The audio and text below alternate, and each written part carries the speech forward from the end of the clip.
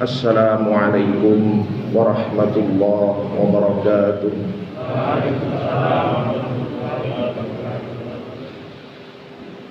Allahu akbar, Allahu akbar, Allahu akbar, Allahu akbar, Allahu akbar, Allahu akbar, Allahu akbar, Allahu akbar, Allahu akbar.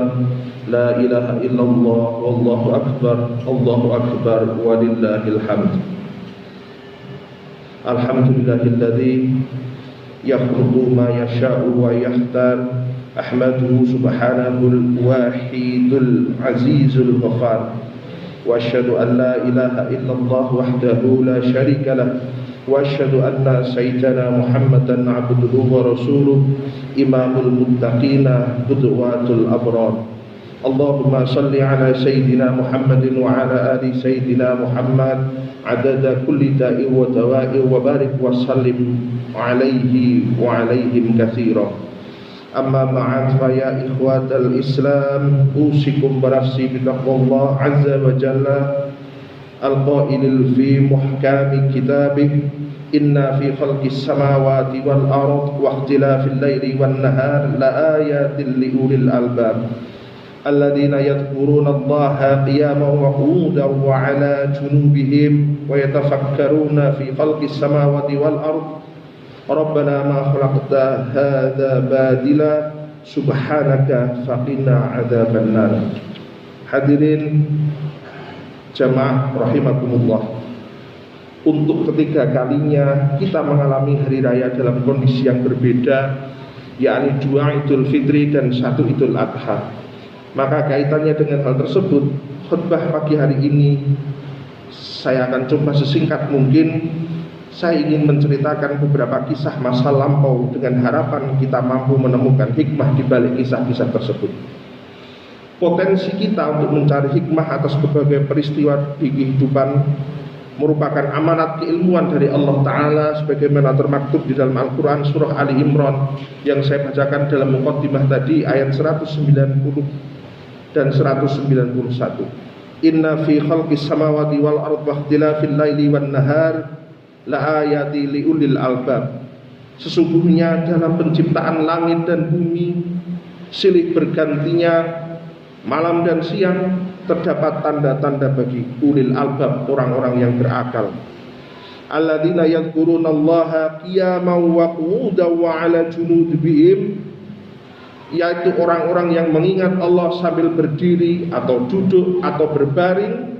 Wa yatafakkaruna fi khalqis samawati wal ard, dan mereka memikirkan tentang penciptaan langit dan bumi seraya berdoa, Rabbana ma khalaqta hadza badila subhanaka faqina adzabannar. Tuhan kami, tiadalah Engkau menciptakan ini dengan sia-sia, Maha suci Engkau, maka peliharalah kami dari siksa neraka. Kisah yang akan saya sampaikan ini tiga kisah singkat, terjadi di masa yang berbeda, tetapi ada hikmah yang bisa kita petik sebagai ulul albab, orang-orang yang berakal. Hadirin rahimakumullah, peristiwa pertama dialami oleh Sayyidina Umar bin Khattab radhiyallahu anhu dan Sayyidina Ali karamallahu wajhah. Keduanya mengalami peristiwa yang berbeda, tetapi mendapatkan pertanyaan yang sama dan jawabannya pun sama. Pernah suatu kali Sayyidina Ali ingin bersandar di sebuah tembok, tetapi melihat tembok itu rapuh, kemudian Sayyidina Ali beralih pindah ke tembok yang lain. Seorang sahabat bertanya kepada Sayyidina Ali, wahai Ali, apakah engkau lari dari takdir Allah? Tanya seorang sahabat. Nah, di kesempatan yang lain Sayyidina Umar bin Khattab pernah akan berkunjung ke Damaskus, Suriah. Di tengah perjalanan Sayyidina Umar mendapatkan kabar bahwa di Damaskus sedang terjadi wabah penyakit. Maka Sayyidina Umar membatalkan perjalanannya ke Damaskus. Kemudian ada sahabat yang bertanya dengan pertanyaan yang sama, inikah seorang pemimpin yang lari dari takdir Allah? Nah, Sayyidina Ali maupun Sayyidina Umar mendapatkan pertanyaan yang sama, peristiwanya berbeda, tetapi jawabannya sama. Keduanya mengatakan, ya, saya lari dari takdir Allah, ke takdir Allah yang lain. Hadirin rahimakumullah, kalau Sayyidina Ali tetap bersandar pada tembok yang rapuh, kalau Sayyidina Umar tetap datang ke Damaskus yang sedang kena wabah, kemudian keduanya terkena mara bahaya, tertimpa tembok atau terkena penyakit, maka mara bahaya itu adalah takdir Allah. Tetapi sama ketika keduanya menghindar, berusaha untuk menghindar dari mara bahaya, maka keselamatan mereka adalah takdir Allah Subhanahu wa ta'ala. Maka hadirin rahimakumullah, meyakini takdir Allah adalah bagian dari pokok-pokok iman. Tetapi meyakini takdir bukan berarti tanpa ikhtiar. Justru tawakal, pasrah dilakukan kepada Allah setelah ikhtiar dilakukan dengan maksimal. Dan inilah yang seharusnya mewarnai kehidupan kita sehari-hari. Nah, kisah kedua hadirin rahimakumullah berlangsung sekitar jauh sesudah masa Sayyidina Umar. Ini saya ambil dari kitab Badlul Ma'un fi Fadli Ta'um, karya Ibnu Hajar Al-Asqalani, pengarang kitab Bulughul Maram, seorang ulama hadis yang sangat terkenal. Kitab ini dibuat 590 tahun yang lalu dan menunjukkan bahwa dunia Islam, peradaban dunia kita ini sudah sejak lama terkena pandemi. Nah, di dalam ini, kitab ini dikisahkan, sayangnya kisah yang sangat menyedihkan hadirin rahimakumullah. Pada tahun 764 Hijriah atau 1363 Masehi terjadi wabah di Damaskus. Jadi ini sesudah era Sayyidina Umar ada wabah lagi di Damaskus. Muncul inisiasi untuk mengumpulkan umat Islam di sebuah tempat, berdoa bersama-sama. Setelah doa dilakukan, wabah semakin parah. 67 tahun kemudian di Kairo terjadi wabah.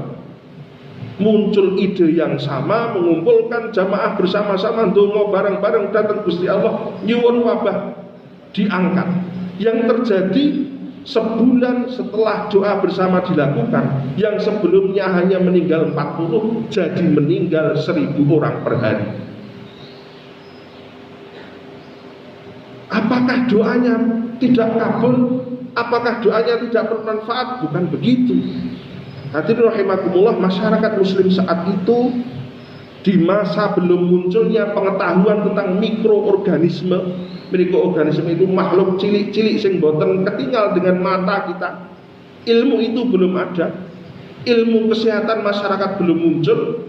Ilmu tentang bahwa penyakit itu bisa menular dari satu orang ke orang yang lain belum muncul. Maka wajar berkumpul itu menjadi sebab bagi semakin parahnya wabah.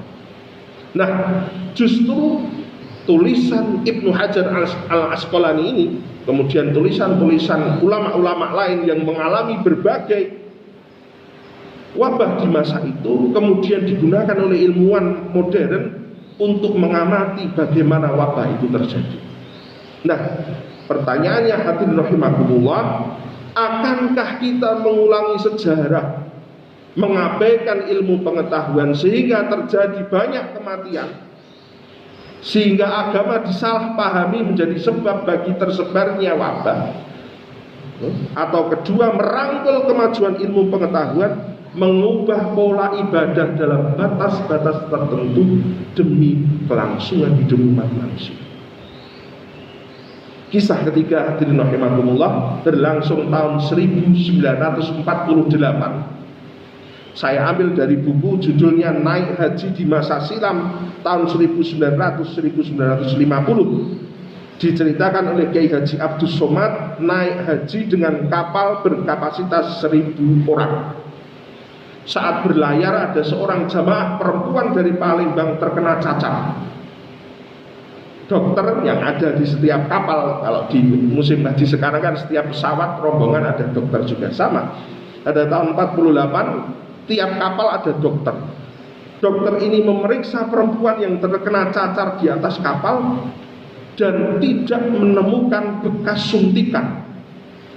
Padahal syarat jamaah haji sebelum naik kapal harus disuntik vaksin cacar kemudian diberi surat jalan. Dokter kemudian mengumumkan bahwa jika ada orang lain yang tertular, seluruh penumpang kapal akan dikarantina 3 minggu, sehingga masa haji akan sangat mungkin terlewat. Jadi wong sewu mergo wong siji loro, wong sewu boleh jadi gagal haji. Padahal berangkatnya saja berbulan-bulan ketika itu.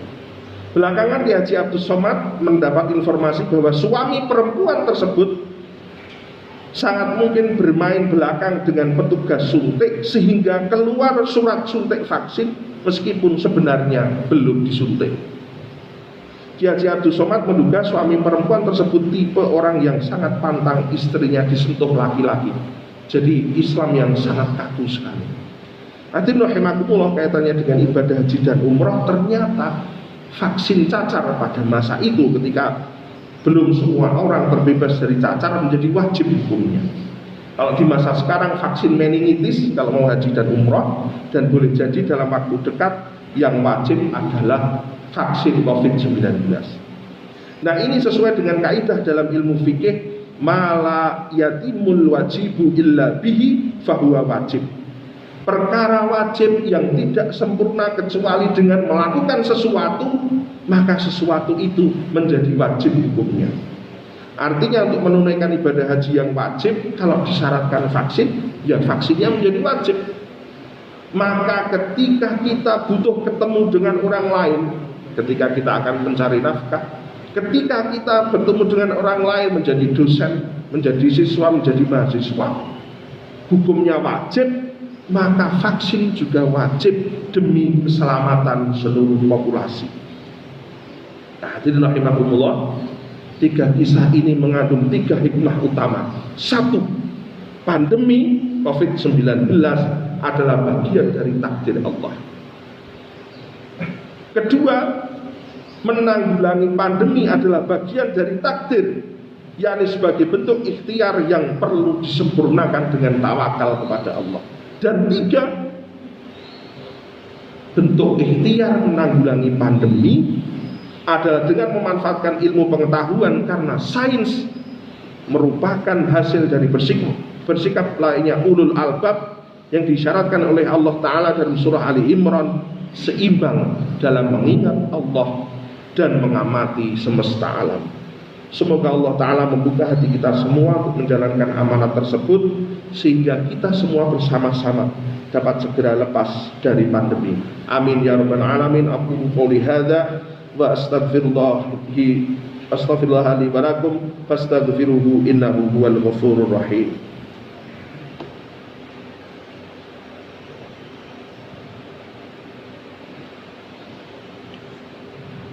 Allahu akbar, Allahu akbar, Allahu akbar, Allahu akbar, Allahu akbar, Allahu akbar, Allahu akbar, Allahu akbar, walillahil hamd.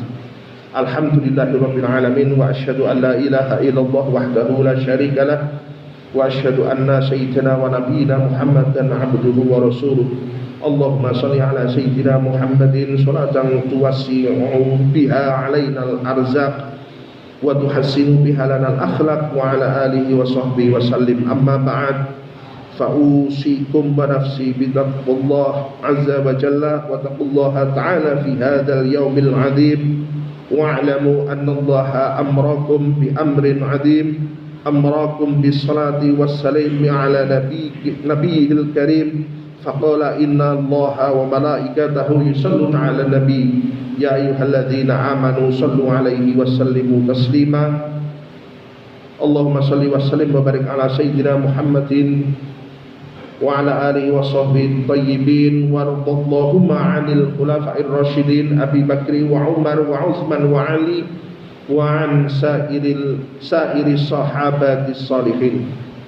Allahumma ighfir lil muslimina wal muslimat wal mu'minina wal mu'minat al ahya'i minhum wal amwat innaka samiun qaribun mujibud da'awat ya qadiyal hajat. Allahumma ighfir lana dhunubana wa dhunuba walidayna warhamhuma kama rabbayana shighara. Allahumma rabbana hab lana min azwajina wa dhurriyyatina qurrata a'yun waj'alna lil muttaqina imama.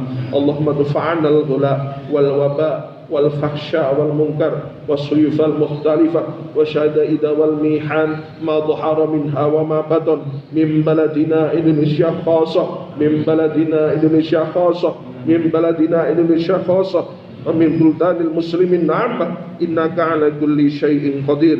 اللهم ربنا تقبل منا صلاتنا وصيامنا وركوعنا وسجودنا وقعودنا وتضرعنا وتخشعنا وتعبدنا وتمن تقصيرنا يا الله يا رب العالمين. اللهم ربنا آتنا في الدنيا حسنة وفي الآخرة حسنة وقنا عذاب النار. ربنا تقبل منا إنك أنت السميع العليم وتب علينا يا مولانا إنك أنت التواب الرحيم. وصلى الله على سيدنا محمد وعلى آله وصحبه وبارك وسلم. سبحان ربك رب العزة عما يصفون وسلام على المرسلين والحمد لله رب العالمين. عباد الله إن الله يأمر بالعدل والإحسان وإيتاء ذي القربى وينهى عن الفحشاء والمنكر والبغي يعظكم لعلكم تذكرون فاذكروا الله العظيم يذكركم ولذكر الله أكبر. عيد سعيد وكل عام وأنتم بخير. السلام عليكم ورحمة الله وبركاته.